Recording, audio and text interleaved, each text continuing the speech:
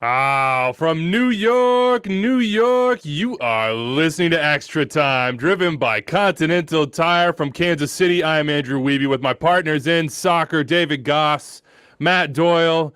It's one of our favorite shows of the year. Soccer is here. Major League Soccer is back. No more hypotheticals, no more guesses, no more saying, yeah, I think this might happen, but you can't hold me to it. No, there were games. 13 games this weekend. We watched them. You enjoyed them. We're going to break them all down right here on this show. Oh, guys, it's wonderful. It's wonderful to start a weekend, have a schedule, see lineups come out, set your fantasy team, and win, might I add. In my case, 65 points was just enough. I snuck over the line. How did you enjoy your weekend? Before we get to all the nitty-gritty, before we get to Chicharito and the Galaxy and their inspirational win and post-game interviews, the Sounders, of course, winning that Western Conference final rematch. Austin FC losing, but still having hope, and some misery for CCL clubs. Tell me about your weekend. Let me live vicariously through you because I'm juggling kids, in case you didn't know I'm a dad. I consumed Major League Soccer from every angle physically possible at the same time in my home and abode. It was amazing. Friday night was fun, energetic, sat on the back porch, got some pizzas, invited people over, distanced socially outside. And then Saturday as well, just watching all the games. Sunday finishing it up. It was phenomenal. I am Major League Soccer right now. There's nothing you could bring up that I wouldn't bring back to an MLS reference. You could talk to me about the Celtics if you want, and I'd be like, oh, yeah, that's kind of similar to how Caden Clark played at left back for the Colorado Rapids, but still worked out, blah, blah, blah. Yeah, so who's good? Yeah, Montreal, CF Montreal at the top of the Eastern Conference. Up is down, down is up, MLS is back. It's all very normal. Doyle, what was the highlight for you? When you watched these games, you, of course, did your MLS analyst column that everybody reads on Mondays. What was the big highlight? What stuck with you? The quality of the goals, and it wasn't just the bangers. It was, special buildup from Chicago, their first one. I think the Sounders, the second Raul Diaz one. Like it didn't look like week one. Week one in the past has tended to be pretty choppy. And to be fair, there were some games like that. But I don't know. I just felt like the quality of play for week one this year is higher than what we tended to see in the recent past. So I was really pretty jacked about that. To be fair, week one this year is more like week 4 in previous years. Yeah. Nah, just kidding. We didn't have we didn't have the month of games for teams to get going. If you want to know what the group chat was like for us the entire weekend, it was producing Anders' reminder of the day is this: never count out the heart of a champion. All caps. Don't call it a comeback. The Sounders were never gone. Of course, we're going to hit that one hard. The heart of a what? The heart of a what? What are the Sounders champions of right now? Champion right here. That's what it says. I guess champions of the Western Conference. Fair. They did it again to Minnesota United. Well, hang that banner, Anders. Hang that banner. Most Seattle thing ever, literally getting a belt created for something that doesn't exist. Just walking around. We got the Western Conference belt. It's locked up, No one baby. else has it. 1 week, that's all that matters. At the allnewmlssoccer.com, of course, you were following the action there this weekend. All the highlights, news, everything you need to know from MLS Week 1. Steve Zakwani had the breakdown on Saturday night. I think he's going to be doing that all year, so check that out. Of course, you had your Armchair Analyst column, Doyle. The call-up, by the way, on Tuesday has Austin FC's Ben Sweat. They lost to LAFC 2-0. And there was an interesting moment in that one, which we'll get into, in which Carlos Vela, the captain of my fantasy team, pulled up a little lame, made a signal. Bob Bradley did not interpret that signal the way... Oh, sorry. What? Did I go too quickly there? That's on me. You jumped in. Yeah, you're bad? Did you jump the gun? That's just going to be on me. Okay, I guess, am I out for the whole show? Do I have to sit on the bench now and just give you dirty looks? Okay, We'll talk about Carlos Vela's I would love Eddie Opoku to come on and co-host this show. Oh, okay. Right now, that would get me. Give him a call, man. Give him a call. Yeah. If you want him, he can show up maybe. Shout out, by the way, to our weekly fantasy winner, Inter Miami. Sofredor, that's his team name. He had 101 points. He's the only team to get over 100 in our league. He beat up the next closest team by 3 points. He captained Gonzalo Higuain. Surprise, surprise on that one. His name is Inter Miami Sofredor, and it has Miami logo. That's it. So congratulations to him. If you want to get into our league, we'll tweet that link out. Once again, we're going to start this show the way we will start every Monday show, with Wiebe's big narrative of the weekend. You know I'm a narrative guy. Reddit MLS tells me that I'm a little too focused on those. But my God, how can you not enjoy that LA Galaxy win in South Florida on Sunday on ABC. I'm sure we all watched it. 5 goals, a good duel, good quality there, big stars, whether it be in the stands. Of course, David Beckham and his entire family and entourage. Tom Brady is there, and then Chicharito and Higuain. Chicharito, 2 goals. Chicharito with the most inspirational post-game interview I've ever heard in my life. We will play that for you in just a little bit because it was that good. What did you think of this game, Doyle? What did you think of Chicharito's performance? This felt like, to me, like a guy who had a year and a half of weight on his shoulders and desperately just needed a moment. Needed a moment to be a little bit like his old self. Needed a moment to be a little bit vulnerable in a public sense. And we've made fun of him a little bit, or at least I have a lot, about the Instagram workouts and whether those were going to actually turn into production. And we don't know what the rest of the season is going to look like. It could be more of 2020 for him. This might not be some like big indication of a golden boot run to come. But I was personally just really happy for the guy. You could see what it meant to him. And not just his goals. Like Sasha Kljestan scores that winner, a beautiful curler in off the post.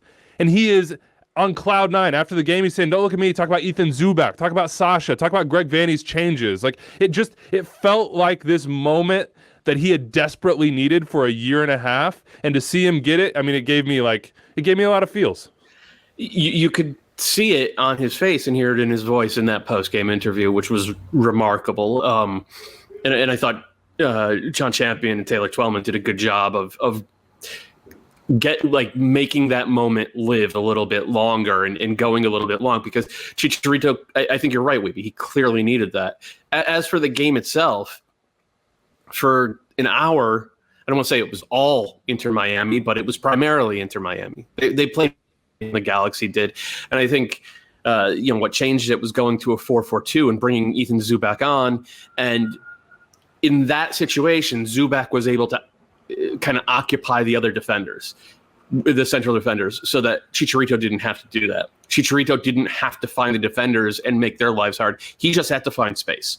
And if you look at his 2 goals, I mean, the first one is just classic Chicharito goal, where he's feinting that hard run to the back post, and then he cuts across the box, gets inside the defender, amazing touch, and then finish at an angle. And the second one is like a Wando goal. Just crash the boards and be the first to the rebound, and there's nobody around you because the big center forward is occupying everybody. So it was a great performance from him.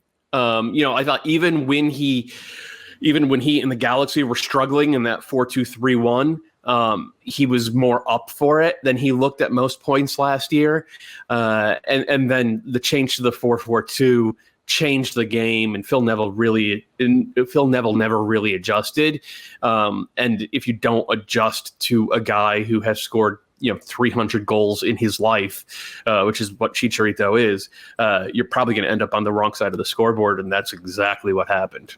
In fairness to him, John McCarthy should catch that ball, and it should at minimum be 2-2. No, I think that first one was actually tough, right? Because the second one, the tap in. Sorry, the second one. So I think that was actually really tough, because as a goalkeeper there, you're kind of stranded because you're playing for the header, but you're trying to make yourself big in order to prevent the ball from going straight in off a cross. Like, we've seen that a million times.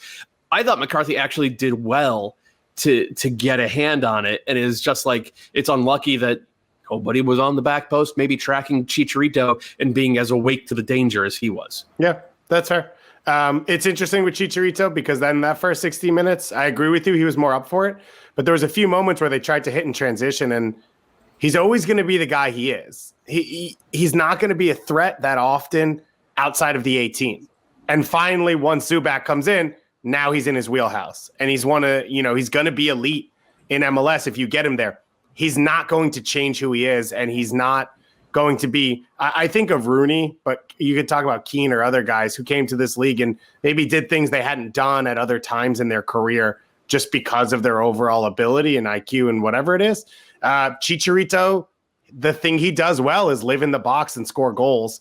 And once they got him in that area, he showed that he's ready to do it this year. And so it's a positive going forward. It's exactly what the Galaxy needed. 2 goals, same as 2020. If you didn't hear the interview, MLSsoccer.com, we'll give you a snippet right here. I mean, it was emotional stuff. And it's wonderful to see from a sportsman such open emotion in celebrating on the field of play. I'm holding my tears. I mean, I suffered the loss of my grandfather. I would love him to keep me watching, scoring goals. And yeah, I mean, I'm very touching because, like I told you, last season was very difficult. I miss him so much, and these goals are from them, from my kids, from my whole family, my friends, everyone. Because, yeah, I mean, I maintain patience. I keep grinding, and thankfully things are coming around. And hopefully, like I tell, I just want to be a part of an unbelievable season and leave the trophy.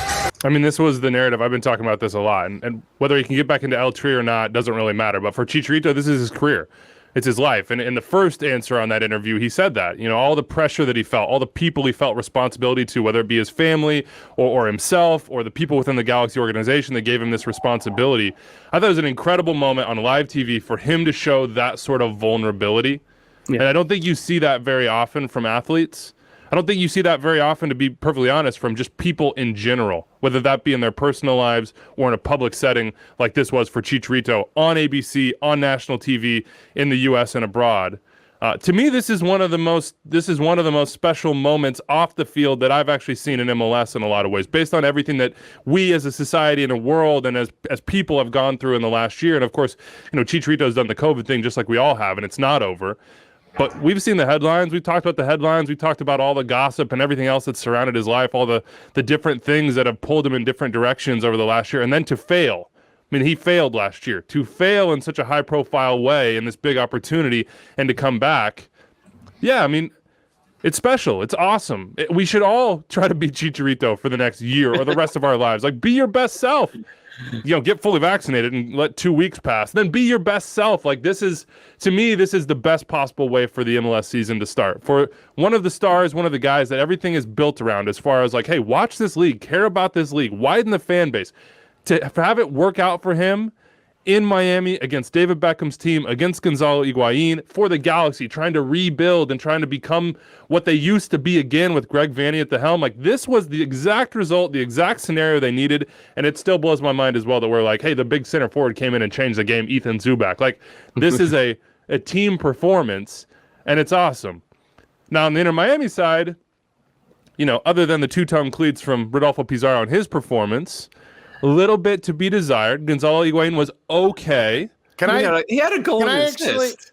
Yeah. I mean, he was okay. Can I actually say about Pizarro, he was super active.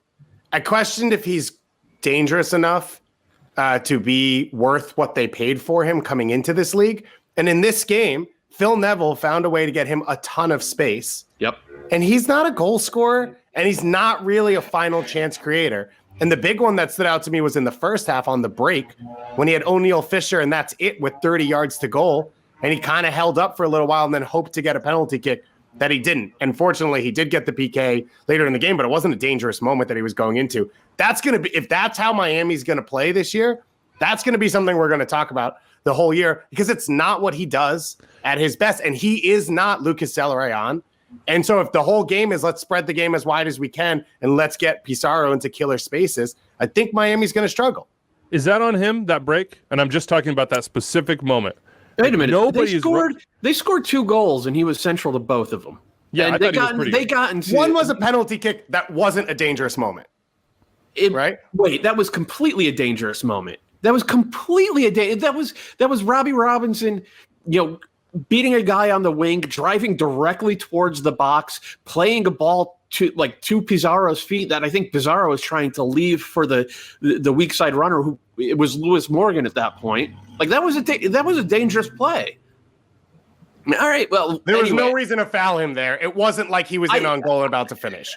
That's fair, but okay. It was still like a good passage of play. And I think for the first 65 minutes, Miami put together a lot of good passages of play. They just weren't quite sharp in the box. And maybe that will come with time as Gonzalo Higuain approaches fuller fitness.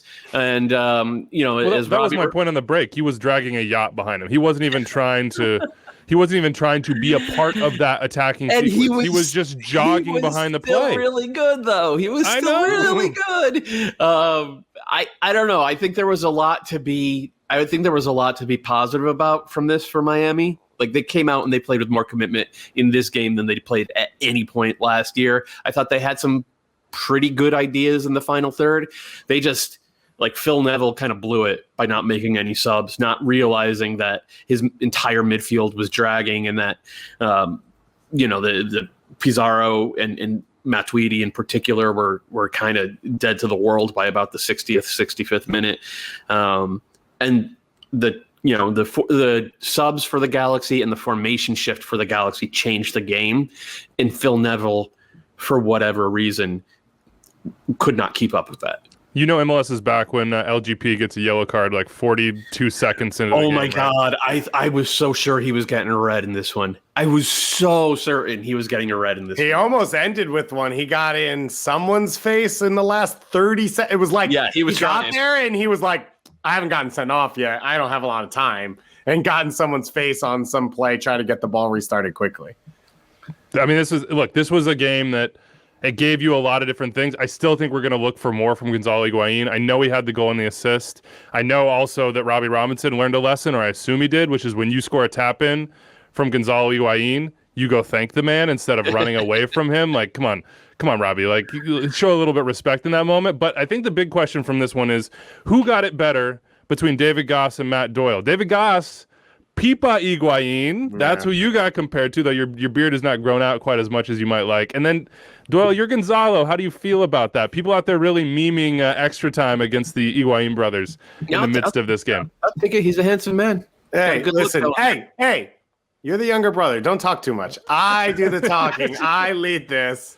You might make money, but you're still the younger brother, so don't get out of your britches. Don't get too big for your britches. Fair enough. All right. Exactly. When the asada goes on the grill, you know who has the tongs. Pipa. Pipa's got the tongs. All right, go grab some more coals. Exactly. Help me out a little bit.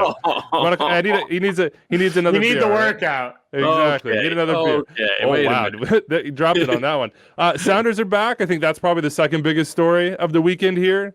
And I have on here, maybe they never left. The different formation here for Brian Schmetzer. You had Nuhu in a back three, which is awesome, though Nuhu had the one opportunity late where he's looking at an entire open field and he back passes and runs backwards. And I was like, they've broken Nuhu. This is over. But he had a couple awesome acrobatic clearances, so maybe not.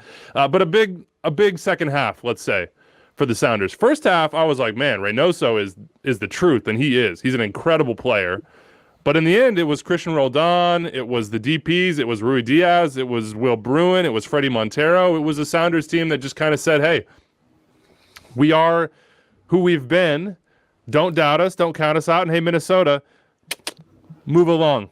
It felt like they maybe read some of their press clippings and were pretty pissed that people like ourselves are picking them to take a step backwards this year and maybe not regarding them as one of the elite teams in MLS anymore.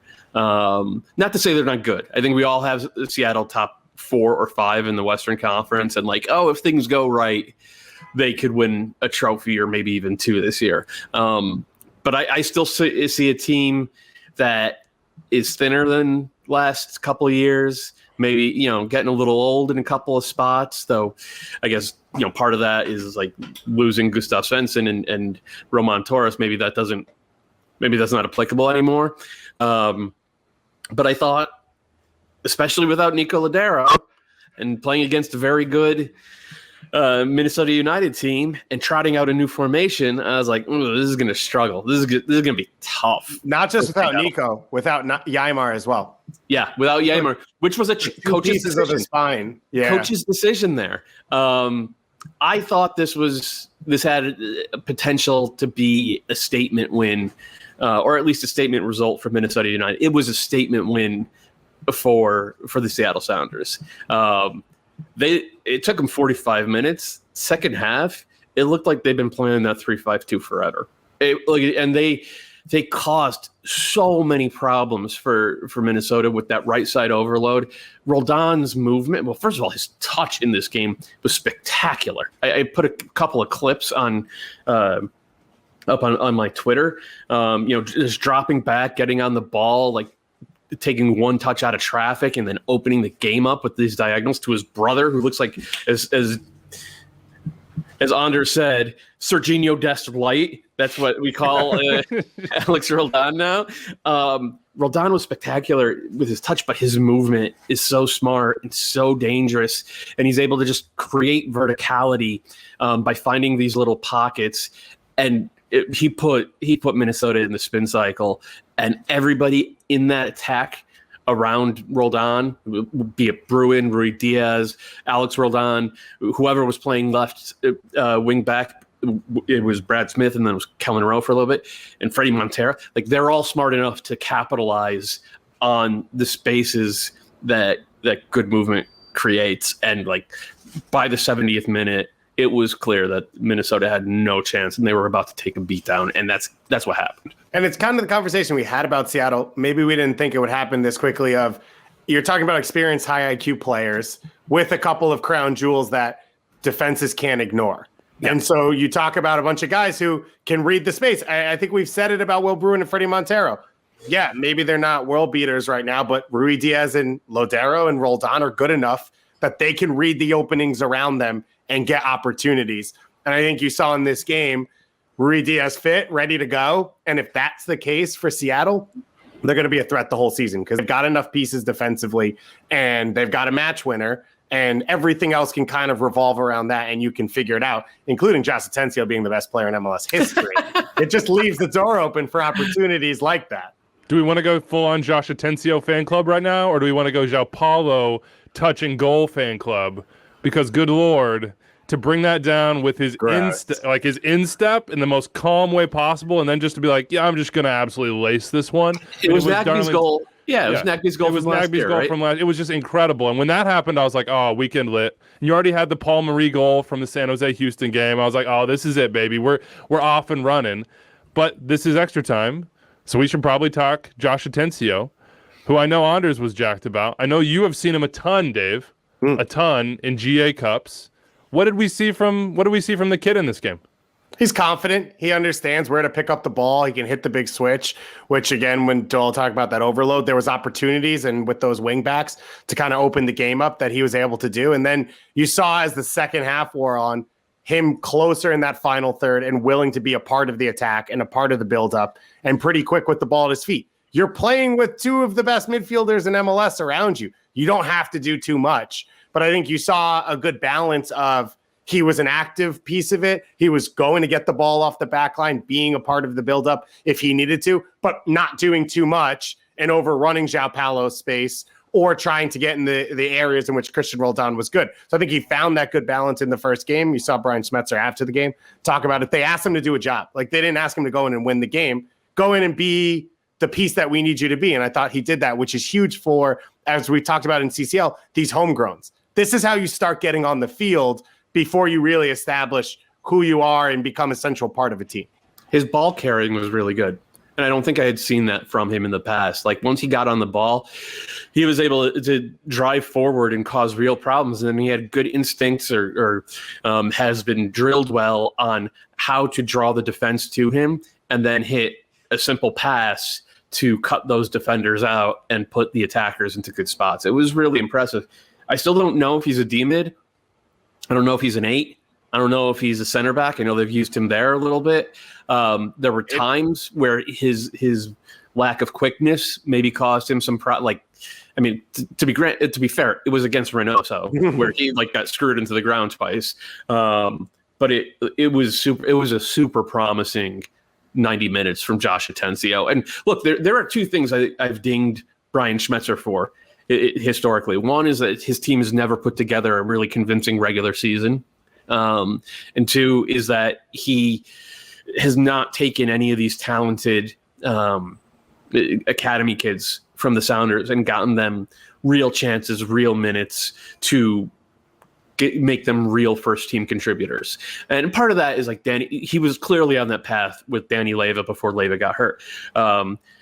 Atencio, I thought, was going to fade into just whatever. And clearly that's into Tacoma is what you call it. Fade into Tacoma. And clearly that's not the path that he's on right now. And, maybe the same for Ethan Dabelar as well, because I thought he looked not as good, but still promising in his cameo at the end there. Top of the Supporters Shield standings. Oh, boy. I'm sure that producer Anders has just been refreshing this page all weekend, just like, oh, yes, 4-goal differential. That's the Seattle Sounders. Big win for them. Now, Minnesota, they had a good first half. There was a moment there where you're thinking, hey, man, the realtors at MLS.com are really going to have to eat one here because, maybe they didn't even have Minnesota United high enough because Bobelo Reynoso is unbelievable. Like, I know they lost this game. They kind of got worked over 4-0 here, but even in those conditions, you cannot watch this match and not come away just thinking, my God, Reynoso is absolutely incredible. And then when Wanchope came on, there were moments where he said, okay, if he's a 90-minute player or even a 75-minute player, they might have something going here. Now, yes, there's Wanchope looks like line. if you built a center forward in a lab, but then took someone's random head and threw it on. Like, he is rectangular, to say the least, as a build. He was ready to go. What did he shoot twice in his first 3 touches? Well, his first touch is the Reynoso ball over like the diagonal into the box that's on his right foot to be finished. He doesn't quite get it. And yeah, then there was another one. I mean, he was goal hungry. Yeah. Like, he came in there being like, I'm freaking starving. I have Bobelo on my team. Let's make this happen. I don't. What is there to talk about with Minnesota other than their second half wasn't good enough? Brent Coleman got spun a couple times. Unlucky PK, I would say. Will Trapp's hand is up, yeah, but I mean that's just an unlucky break for them. I don't think he's out here trying to like paddle that thing down. What do you take away from this if you're Adrian Heath, Doyle? What is there to take away? Nothing. The Sounders played better in the second half, and I still think Minnesota is a good team. Maybe take a look at that center back depth chart and figure out if Callum Montgomery or Naby Kibaguchi, who was their first round pick this year, can edge in there ahead of Coleman, who, I mean, it was pretty clear in the second half that Seattle were targeting him specifically. And that's tough. That's tough on any player. It's especially tough when it's a third or fourth string center back. But I still think Minnesota's a really, really good team. They just got smacked in the mouth in week 1. Yeah, I think that's fair. We'll see what happens with them. It'll also be interesting just to throw in, if Abula starts, you don't play Dotson on the wing. Does Dotson start in place of Will Trapp in the next game? Or does Ozzy start there? Or do you give Will Trapp another chance? Because I thought that was a part of the field where it got stretched and it got ragged at times. And you mentioned Reynoso looking around kind of being like, who's in this with me? And Dotson's not a winger. So they have the pieces. I'm not questioning any of it as well, but it'll be interesting to see how Adrian Heath handles it going forward. I truly, before we let this go, I love watching Bobelo Reynoso play because he's not a luxury 10. He's I might step on your ankle 10. Like he was flirting at points with a double yellow in this game too, and he has like an angry attitude toward him, and maybe that was the conditions in the second half and the scoreline getting away. But even in the first half, like he is I'm not going to take any bleep sort of player, and I love to see that. If you're him, you hope not, but there had to be a moment where it felt like he was stuck in a rerun, right? His season last year ended with a lead, a great first half against Seattle, and then it all kind of collapsed behind him. And that's what happened in this one. And again, I don't think it's a bigger issue, so I don't want to read too much into it, but there had to be a level of it for him of like, what the hell's going on here? Yeah, well, we'll see if they can get it back. I think they're going to be a really good team this year, but it was not in this game that they showed that. Seattle with a huge win atop the Supporters Shield standings after 1 week. Austin FC, first we got to see a Verde. They go to LAFC. It was a weird start. Yeah, Verde. Very strange start. Carlos Vela was the guy that everybody's watching, everybody's talking about. I mean, I'm going doubles for Supporters Shield and Cup. I'm saying he's going to win MVP and take the Golden Boot, and then he gets accidentally subbed off early by Bob Bradley. Before we get more into this game, I mean, this was the talking point. I know, Anders, you have this queued up. You talk about incredible moments. Well, Chicharito was one after the game. This might have been the most honest in-game interview that I have ever heard. LAFC coach Bob Bradley joining us down the headset. Bob, what can you tell us about the Carlos Vela situation a moment ago? Yeah, I might have jumped the gun. That might be my fault. I'm not sure. He gave us a sign early on that he needed to come off, I thought. But so I can't say more than maybe it's my fault. I mean, props to Bob. Might not be. sugarcoat that. How did you experience this moment? Because I'm watching it and I'm like, wait, what's going on here? And then I see Carlos go to the bench and he's not happy, and I'm like, let me ask you guys, watching the game, you thought he was asking for a sub, right? I did. Yeah. Yep. That hand motion is not. He didn't use two hands. Trainer. He didn't use two hands. Right. He didn't. He used one hand, did a circle, like saying, "Get the trainer over here." In retrospect, I guess that distinction is a difference is a distinction that matters. It was bizarre. It was not how I expected the first game of the year to go. And for anyone who didn't watch, Diego Rossi fails a fitness test right before the game, so he's not able to start. Yep. And then as this goes along, Eddie Atuesta gets hurt at the end of the game. These are the three best players on this team. But at the moment with Vela coming off, you're like, wow, like LAFC is the shining star power. Yeah. And 23 minutes in, it's like, all right, let's see what Danny Musovski and Corey Baird got for us today. Hey man, do not slander Danny Musovski. Big Danny Musovski guy in these parts. But I get it from Bob's perspective. Like, we've talked about it a ton with Carlos Vela. This is your crown jewel. This is the basis of your goals, your season. He is the MVP if he is healthy and your team is performing at probably 80 to 85%. But he's also had a lot of injuries. So when he shows even that little bit of vulnerability, I get it from Bob's perspective. Put You're like, him on ice. Yeah, like not in week one. We're not like, no, we're not. Yeah. I've seen this one before. We're not playing that game. You're out of here. Yeah. But that's where I'm like, hey, this has happened so many times. Carlos, Bob, you got to have an established signal. You got to be on the same page. You know what I mean? Like, I've got a curveball. Maybe have someone who's a bit of a medical professional have some sort of device that can communicate remotely, maybe using radio frequencies, and have them tell you. That's the part. I don't even, first of all, it worked out for them. They won. Vela's safe. So, like, good. But just the way it happened was the issue. And again, I don't think anyone's questioning protecting Vela early on in the season. It's just, you'd think you'd ask before you make a sub. It's just a bummer. You're watching this game on Fox. You got Austin FC's first game. You got the Stars there. You're like, this is going to be awesome. And then Carlos Vela's gone after 20 minutes. And you're just kind of like, wait, what just happened? You know, it's like it's like you not discussing. Your third base coach is like flashing you signs. You're like, I guess I'm stealing home. You're like, I'm going for it. Like, here we go. It worked out in the end, 2-0. What'd you see from Austin, though, Doyle? What was this for a debut, from a tactical perspective, from just sort of a, what are they going to be, maybe short-term and long-term perspective? Mm-hmm. Did you learn anything? Yeah, I mean, I learned that all our assumptions we're right.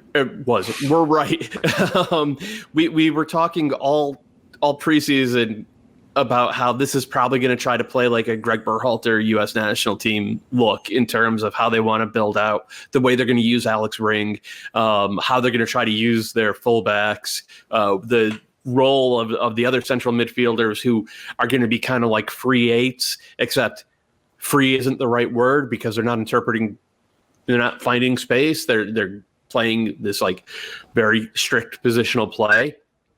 And I thought for 45 minutes, it was awesome. Like, they really caused LAFC some troubles. Now, granted, LAFC caused them a lot of troubles as well, but that's what you expect against any MLS team, especially a good one. But they are going to try to keep the ball, and they are going to try to build chances via possession and use the ball and their own spacing to sort of disorganize and disorient you. It was really, really pretty. Part of the reason it worked is because Alex Ring is awesome. He's just really, really good.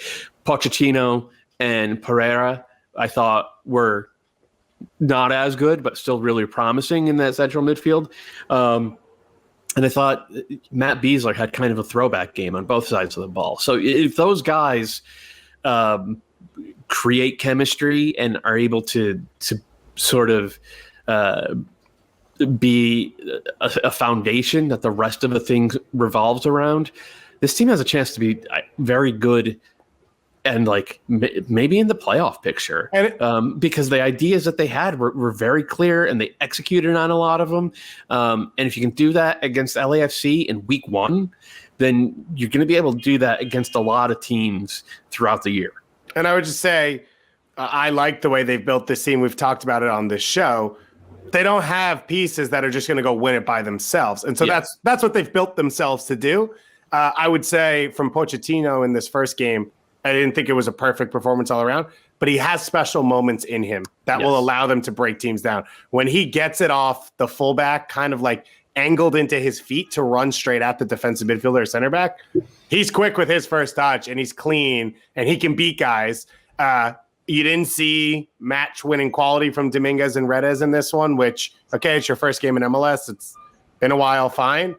You'd like to see that going forward. But to Doyle's point, what they showed is what they need to be. And if they're starting to get close in week one, it means you don't have to catch up with which a lot of expansion teams do later in the season. They don't need to, well, we're on the road the first few games. We'll backload the schedule and get points in August. They're probably going to be sitting in a decent place throughout most of the year, which allows them to have some flexibility as they start to bring new pieces in or whatever it is. I think they got 6 more games on the road before they go to the Q2.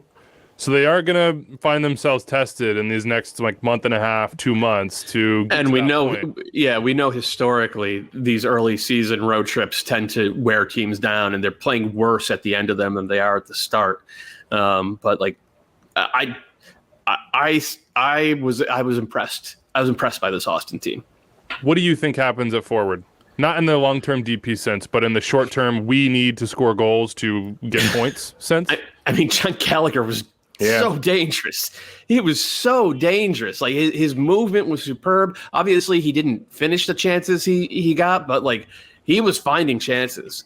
So I think Danny Houston's going to get another chance to be the son. And Houston was pretty decent as well. But he naturally wants to come back and link up rather than find space in the box and make those ghosting runs and he's not a natural goal scorer. John Gallagher looked like a natural goal scorer. So I think those two guys are going to get a good long look.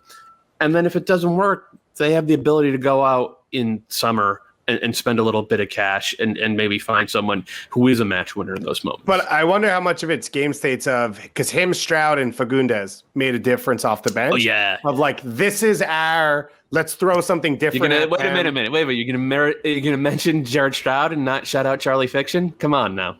He's a legend. Everyone knows Red Bull 2. God, Jared Stroud. But their ability to come on and change the pace, press a little bit harder, and give something different. I wonder if that, for Josh Wolf, is enough to say, well, we want that ability to do that rather than start them so soon on.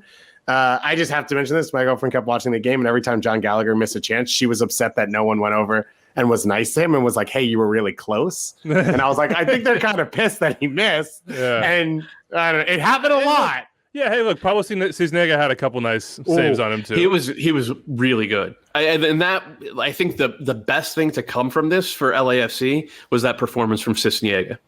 And they needed it to be. You know why? Because they parted ways with Kenneth Vermeer. The Kenneth Vermeer era is happened this weekend. That was wait, excuse me? By the way, we talked to, I had this in my notes. I don't know why I didn't go to it.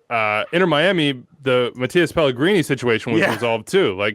That game was so good and it was semi-resolved. The beginnings of resolution have the first steps.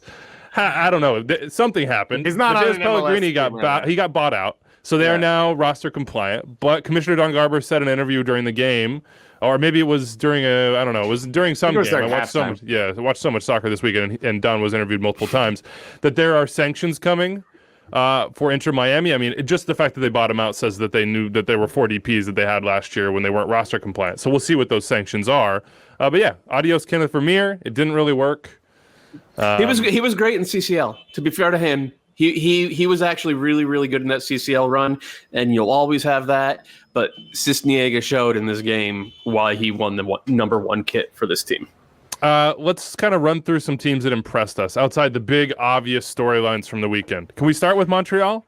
We should. Georgi Mihailovic, he's putting his performance where his mouth is. He said to the critics after this 4-2 win against Toronto FC, hey, put your money where your mouth is. They were not happy about a lot of people putting them dead last in power rankings or dead last in their predictions for the Eastern Conference. Can we just shout out our good friend Ben Baer here? Because Ben, in his new Substack and then the new podcast that he has with Daniel Robertson, he did an insane 5-team parlay in which he picked Montreal to win this game, and he won the parlay. Well, the parlay hit.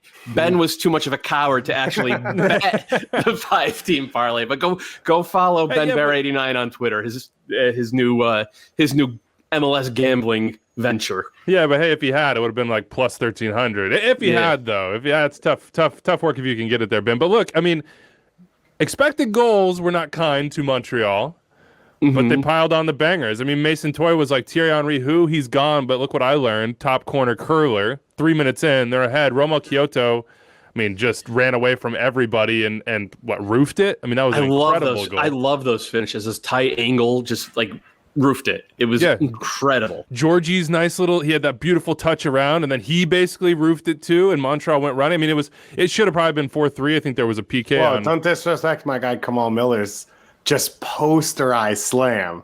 You got that was Victor Wanyama. Wanyama? It was Wanyama, yeah. You want to attribute everything to Kamal. Wow, I know the Kamal love is big here. But yeah, Victor Wanyama. So it's basically the perfect game for the Impact in week 1. You beat your rival. Your young striker who didn't quite perform when he got there last year but had promise, scored a nice goal. Romel Kyoto, who has become basically your go-to attacking threat, got out on the break when he's at his very best, scored an incredible goal. You had Georgie, who's supposed to be this year's like Mason Toye, but with better results, who you traded a bunch of allocation money for, look good enough and score a great goal and call out the media afterwards. That's beautiful. Victor Wanyama, your DP, dunk header. And again, you beat your rival. Now, it wasn't good for CCL teams in MLS or Liga MX, but this is a huge win. Expected goals had them at 1 goal, and they went out and got 4. Yeah, and that's a little bit of a worry because if you score 4 on 1 expected goal generated, like you're probably not going to keep up that pace. But I do think that there's a danger in reading too much into single game expected goals. What I thought kind of defined Montreal in this one was they understood that if Toronto came out with the same players in the same formation, playing the same style that they did against Club Leon, that Toronto was going to be dead. They just didn't have the legs to press 3 times in 10 days, especially when the first 2 games were so emotional. And one of them was at 6,000 feet as well. And so I think they were prepared to exploit a weakness in Toronto. And like, if you're playing as a pressing team and your forwards are too exhausted to get pressure to the opposing defense, then the opposing defense is going to have the ability to start playing slip passes underneath to guys like Wanyama or Sam Piet. That, in turn, brings the opposing Michael Bradley and Ralph Priso up a little bit higher, which, of course, creates a huge gap between the Toronto defense and the Toronto midfield. And that gap is right where Montreal went to work, by slipping Mihailovic or Kyoto in there, or playing a long ball and just winning the second ball because Bradley and Priso are pushed so far up to prevent easy outlets. And so all the 4-4-2 did in this one was stretch Toronto out and give Montreal room to either play over the top or into the half spaces. And credit to Wilfred Nancy for understanding that this is what he was probably going to see in week 1 and having his team completely ready to exploit it. The one thing with Montreal that I picked them last in the East. So did I, by the way. And I'm not changing that.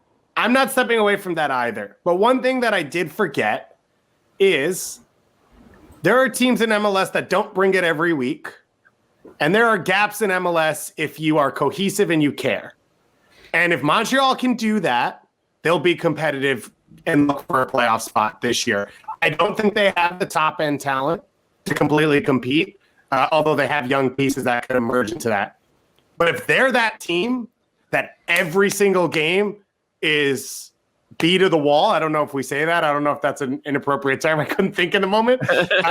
And they know who they are, and they're not spending energy in CCL and other things like that, they're going to be competitive. They're going to be fun to watch. They're going to be worth signing up for. And I think we talked a bit about what could this year be.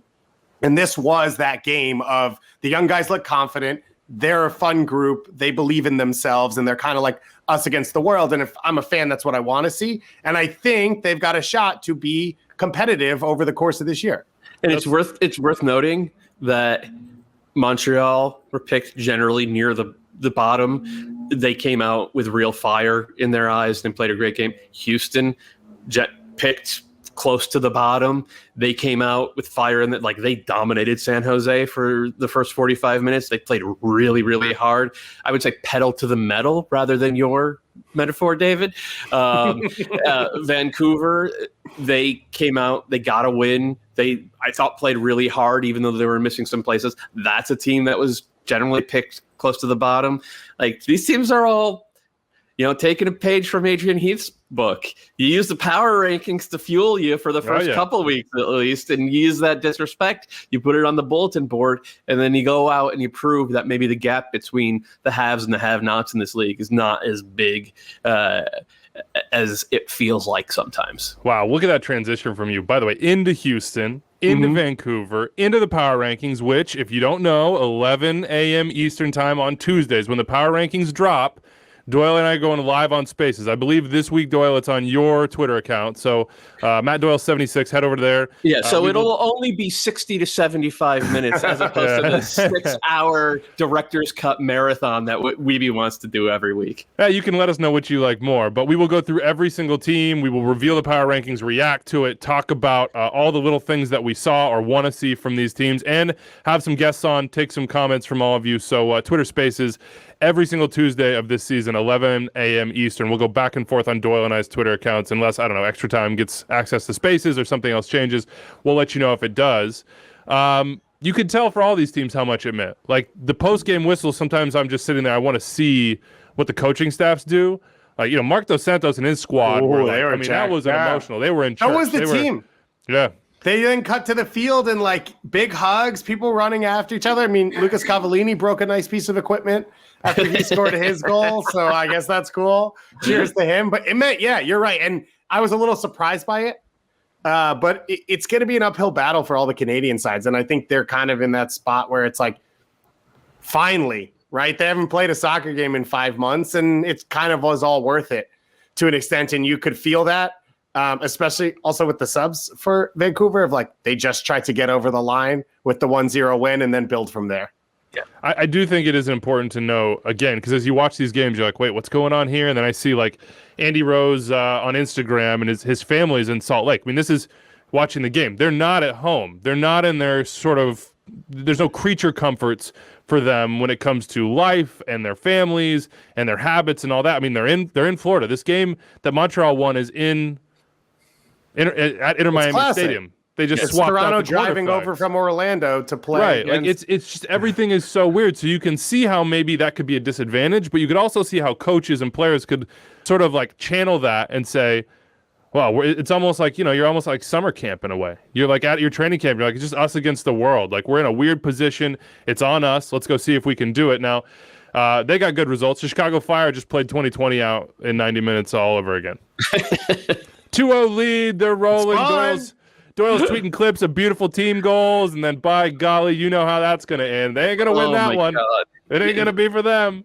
And let's just stop the game after that first Chicago. The second Chicago goal was really nice too. That first Chicago goal from this weekend, folks.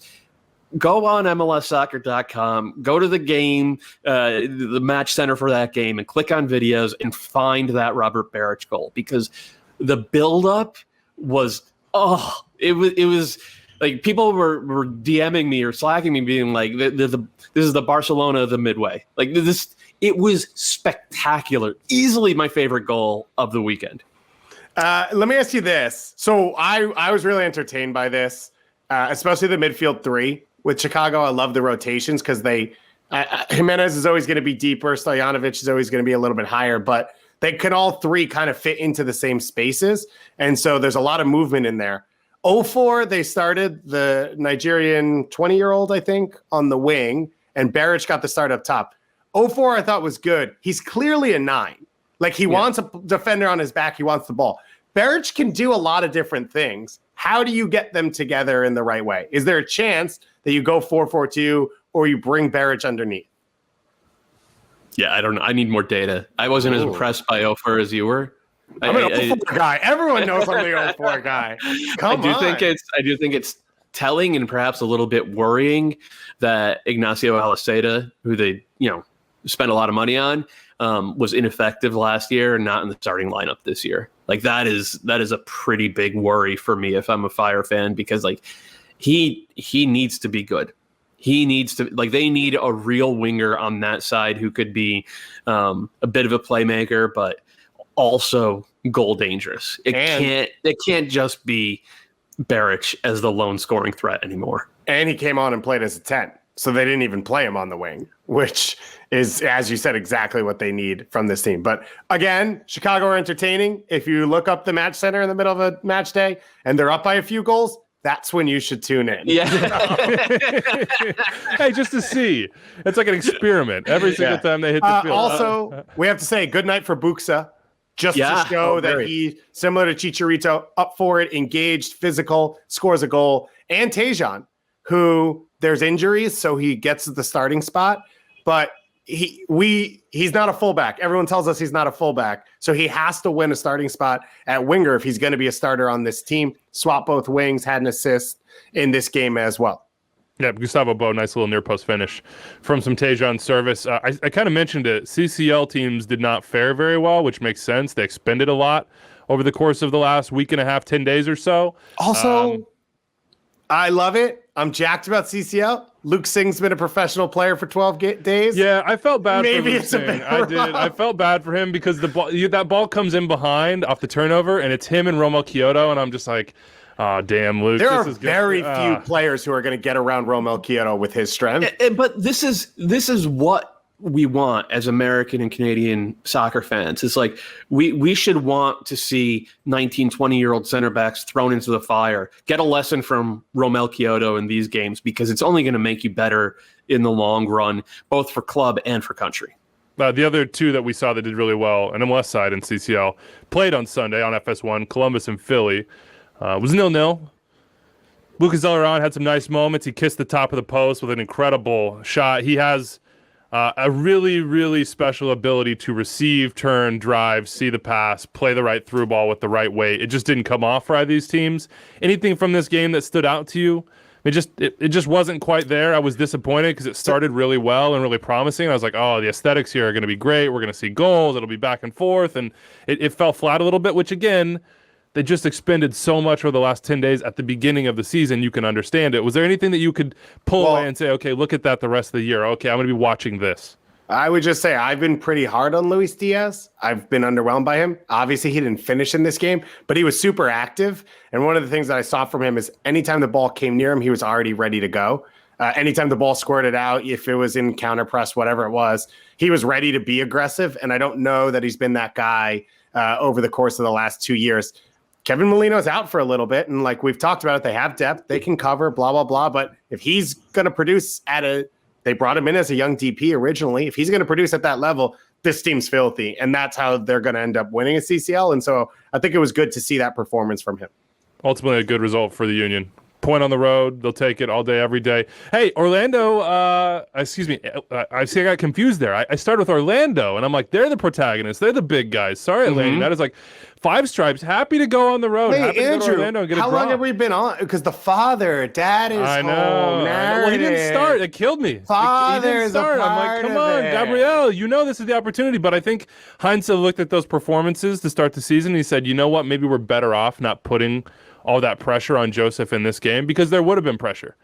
Real pressure. If he started this game, the expectation would have been that he dominates Orlando because of all the talking that he did about it, because of all the needling over the course of years in this preseason, because of his previous goal scoring record against the Lions, which is like 7 goals in 6 games, and glances back at Joe Bendick and just, I mean, the dude trolls them when he's not on the field.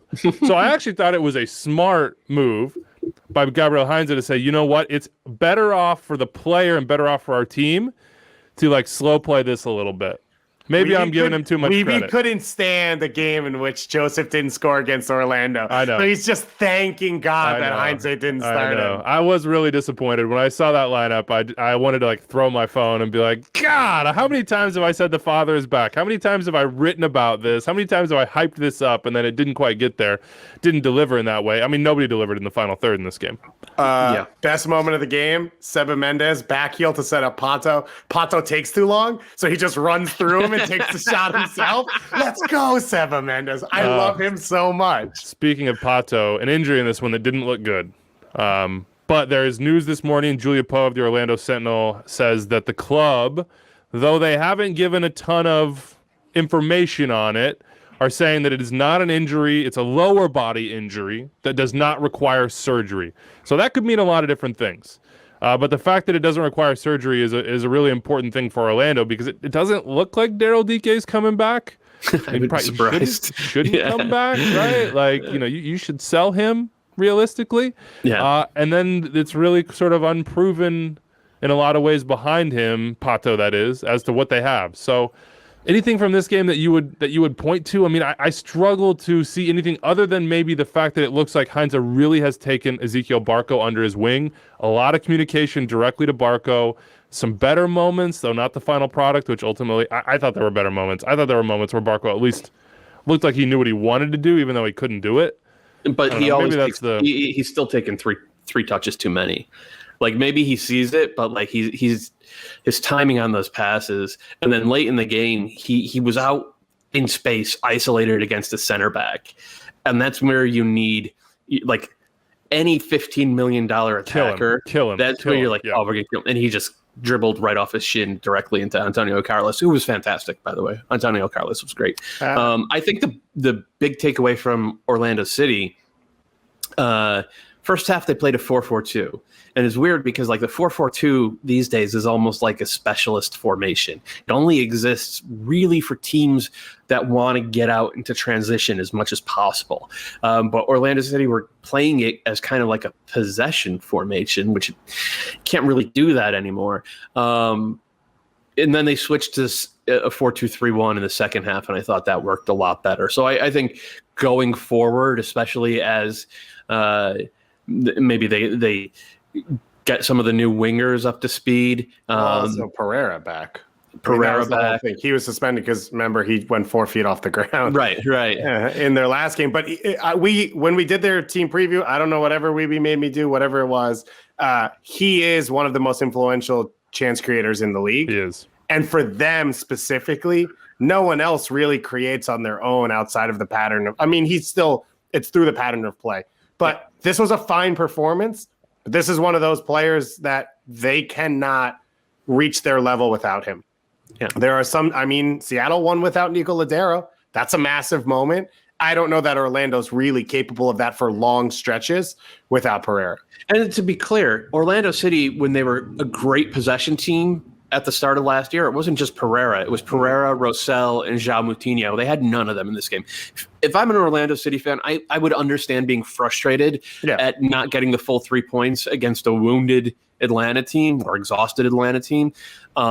This performance was fine. It was fine. Go into next week, get a little bit healthier, get a little bit better. It's Oscar Pareja. You should completely trust him to figure things out. Yeah, I mean, look, and Nani completely trusts his barber. I don't know if that's the right move from Nani, but there was no creativity in the final third, but somebody took chances with that haircut. I'm not a fan of that one. 2222 player of the weekend, Caden Clark. He only scores bangers. Now, Rebels didn't win. SKC go to Rebel Arena and get one. Daniel Shawley. This is John Polskamp. Erasure. Yeah, exactly. Polskamp, Gianluca Busio was a false 9. Alan Polito's on the bench celebrating. I mean, it was a big win for Sporting Kansas City, but that Caden Clark goal was just it's absurd. Like that's like Zlatan-esque stuff. Did you think? I thought it was a nice volley. I didn't think it was like really. His foot is like middle of his chest. He's a professional soccer player, man. Okay, how many other professional soccer players you see doing that?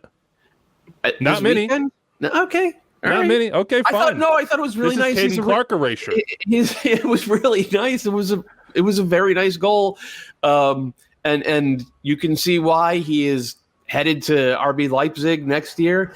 What I can't figure out is why he was on the side of the diamond, and Christian Cáceres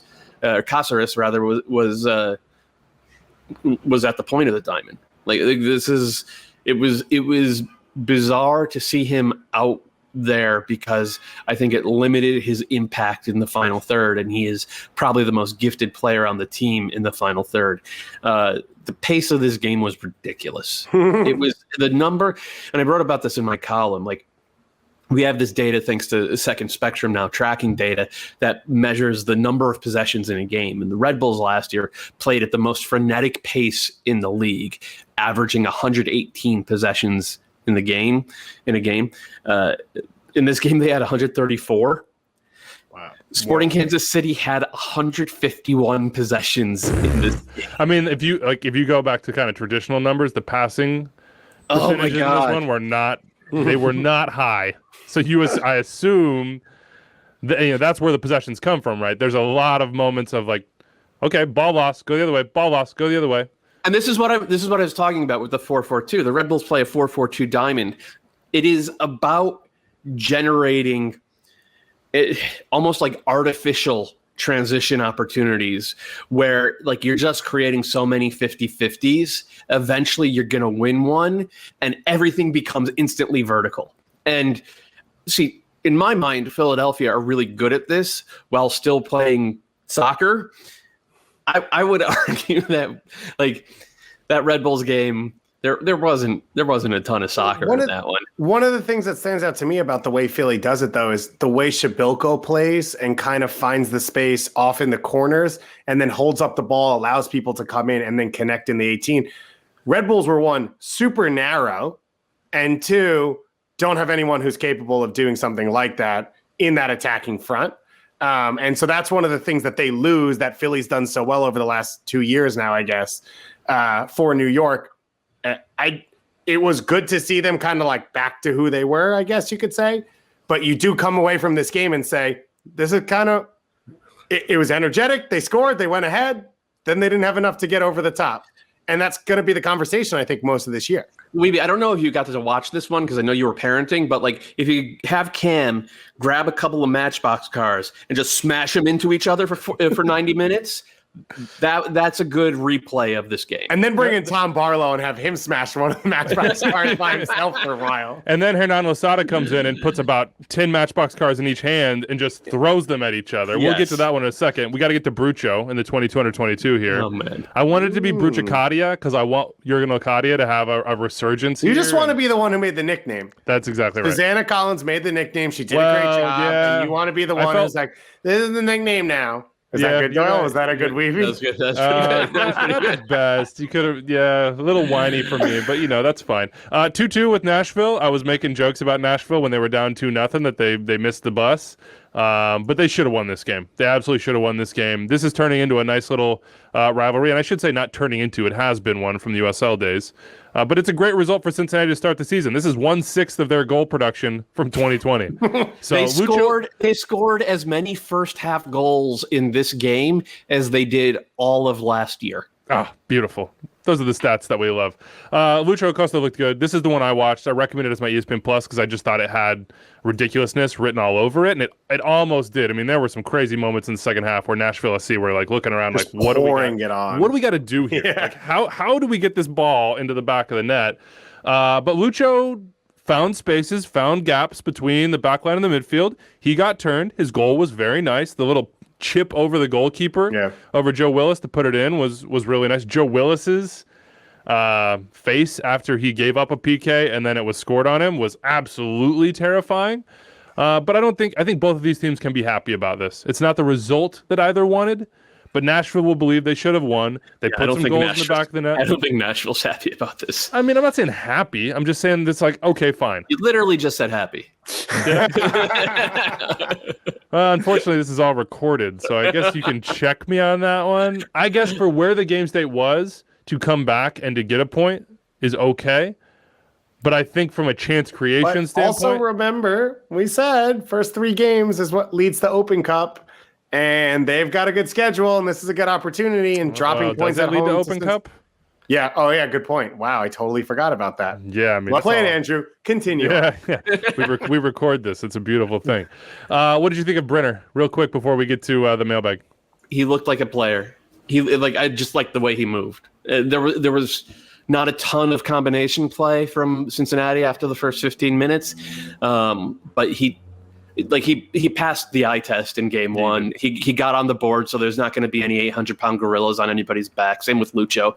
It was a good 15 minutes from Cincinnati, and that's something to build on going forward. You saw later on, he wasn't getting touches. He wasn't getting opportunities. He was aggressive when he got the ball. He tried to make something happen. It didn't feel like he dropped his head and just jogged around at the top. Like, he stayed engaged over the course of the game, which he's going to have to do because awesome, the attacking pieces they picked up. I don't know that they have a starting center back in MLS on the roster right now. That's going to make it really hard. And there it is. That's the truth there. Confirmation. Take confirmed truth there. These games happen, but we're probably not going to talk about them a ton. Dallas, Colorado, scoreless. The moment you probably saw is Michael Barrios standing in the wrong team photo with a big smile on his face. Early season game for both of them. Just didn't have the sharpness. DC NYCFC, 2 really good goals for DC. Want to make sure Dave gets his package. Go get that door, man.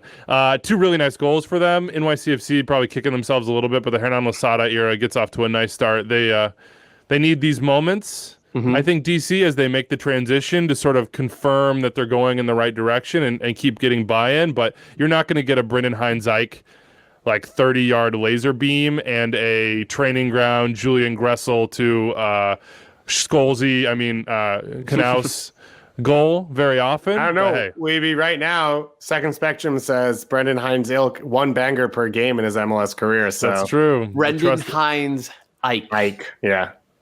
Ilk. I like Ilk. I like better though. Let's get to the mailbag. Real quick. Give me a second to talk about Houston. Houston went out and they made some additions this offseason, and we focused mostly on Tim Parker for understandable reasons. Like he is a center back in the prime of his career who has been good in MLS before, and I thought he was good in this game, even though he got trucked a couple times by Cade Cowell. The other thing that kind of flew under the radar was they went out and they got Fafa Picault, and they got Maxi Urruti, and then they got Tyler Pasher from USL. Picault is one of the best pressing wingers in the league, and has been for a few years now. Urruti, his shot selection remains maddening to me, but he's one of the best pressing forwards in the league, and he has been for a while now. And then Pasher was an excellent all-around winger last year in USL. They pressed the hell out of San Jose. So just applaud Tab Ramos for understanding the strengths of his roster and playing to it, which is if you are not among the most talented teams in the league, then you have to find your advantages where you can. And the advantages for the advantage for the Dynamo right now is that they have this front line full of guys who will just be miserable to play against. And the other thing that Tab did that I thought was really good was switch from the 4-3-3 that he used to an almost fatal extent last year to more of a 4-2-3-1 with Joe Corona holding next to Matias Vera. And Vera was awesome, by the way, but Corona added just a little bit more stability so that when they did turn the ball over in central midfield, it wasn't a 5-alarm fire, whereas last year it was all 5-alarm fires in transition for the Dynamo. So really good week 1 from Tab Ramos in Houston. I was reading through tweets that we got putting out for the mailbag. Did you mention Boniek Garcia, center back extraordinaire? Defender of the year. A defender of the year. I was hoping, if Kalen was on the show, he would have been wearing his old Boniek jersey and the stump speech for Boniek, the new Paolo Maldini as defender of the year for 2021. It's not left back, but Bobby would have been delighted. Oh, yes. Also, by the way, there are 2 Boniek. If they're twins, so there's 2 of them. Does this mean that we now have in the future possible starting Dynamo center backs? That's a good question. I feel like one should be a Beckenbauer style, like center back / sweeper, and the other one has to be just like a goal poaching center forward. Yeah, we need him. Come on, Boniek. We need a left footer and a right footer. We need balance back there. You need to be able to connect those passes to the outside backs, get the right angles on those. Let's go to the mailbag 401-206-0MLS, extra time at MLSsoccer.com. What do we got, Dave? Mike Molinaro starts us off, basically says, cannot believe that 2021 season's here. As a Rapids fan, thinking about all they lost last year, he can't wait to get back to what he hopes is a growing Rapids fan base and a bunch of players they're going to grow with. He says he's got full trust in Robin Fraser and the culture that they're building, and he believes they'll be a contender this year. Go Pits. Yeah, I think they will too. It started slow for them. They've had some very bizarre circumstances over the last 2 years, and I wonder what this year will be like when, one, other teams don't have bizarre circumstances, and neither do they. Like the whole Anthony Hudson thing, us against the world, in comes Connor Casey. We didn't make the playoffs, but it was beautiful. I mean, that was awesome. And last year was just so start-stop for them. I'm curious to see whether this young team can sort of build on that and actually achieve what we all think their talent says that they can achieve. I don't think Point on the road to open the season. They'll take that 10 times out of 10. That's true. I have a tweet here I want to get to. Randy Bruce, more impressive brace, Rui Diaz or Chicharito? I think given what it means for both him and the Galaxy, it's Chicharito. And I think the first goal that Chicharito scored, the one where he cuts across the defender and finishes left-footed against his body momentum, like that was the most impressive individual goal of the four. So I'll give it to Chicharito. Yeah, I mean, the second was Christian Roldan put it on a platter for Rui Diaz. Like the weight of that pass, unbelievable. And the first one, like Bruin just pulled it back but these guys are so similar because they're so good at finding those pockets of space and thinking the game a second and a half ahead of the defenders. And that's how you get tap-ins. That's how you get completely open looks from 14 yards. And when these guys get that, they're just devastating. The other thing about Rui Diaz is on pullbacks, he doesn't have to even shift his hips on goal because he can swing through so clean. And it's like he's basically never even in on goal, and then it's 1-0 or 2-0. Which is awesome. Jonathan Scott knows what's up. Longtime listener, first-time caller. How does it feel to have basically every team that Extra Time and MLS.com ranked as bad this season play with a chip on their shoulder to prove us wrong? Montreal, DC, Sounders, Whitecaps, etc. Is media affecting the league? Exactly. It is, Jonathan. We set the narrative. It's Adrian Heath's world, and we're everybody just pawns. We're just pawns. Exactly. Let me take you through a live replay of week 1 of MLS every year. First 7 minutes, someone scores a goal. Oh, you were wrong about this team. Then they give up a goal. Well, it's early. Then the game ends exactly how we thought it would, and everyone goes, "Good thing you're idiots." And then we move on from there. Charlie here from Irvine says, this is a dig, but I'm allowed on the show. Says, gotta say, I've been to enough club soccer, high school soccer, and LA Galaxy games to say that the bank at a quarter capacity is still louder. Second half starting now because he sent it during the game. Hopefully Cal Jennings gets it done for Doyle. Doyle, are you the Cal Jennings guy? I'm the Cal Jennings guy. I think it would be a great story if a former first round pick who didn't even make Dallas, but then tore it up in USL to the extent that LAFC paid a transfer fee for him, was like the answer at center forward as opposed to going out and getting a DP. But that was some very good LAFC shade at their southern neighbors. By the way, the crowd in Miami was pretty lit as well. They were about it, so that was cool to see as well. That's really their first chance to do that. As always, we encourage you to get vaccinated and to be safe wherever you are. Can we close out on an MVP email from David? Oh, sure.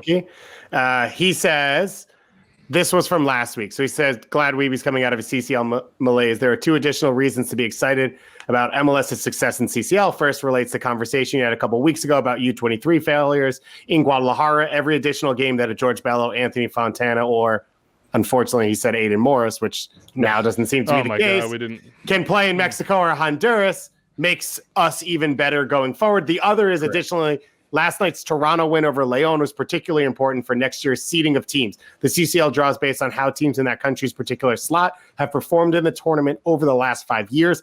Beating the 4th Mexican team ensures that next year, no 2 MLS teams will have to play each other in the first round, increasing our chances of advancing more teams into the quarterfinals. And then he finishes with, dare to dream. The higher you fly, the more spectacular the fall. I'm on the side now of like, it's all gravy, let's get it. And I was in a really bad spot there for a while.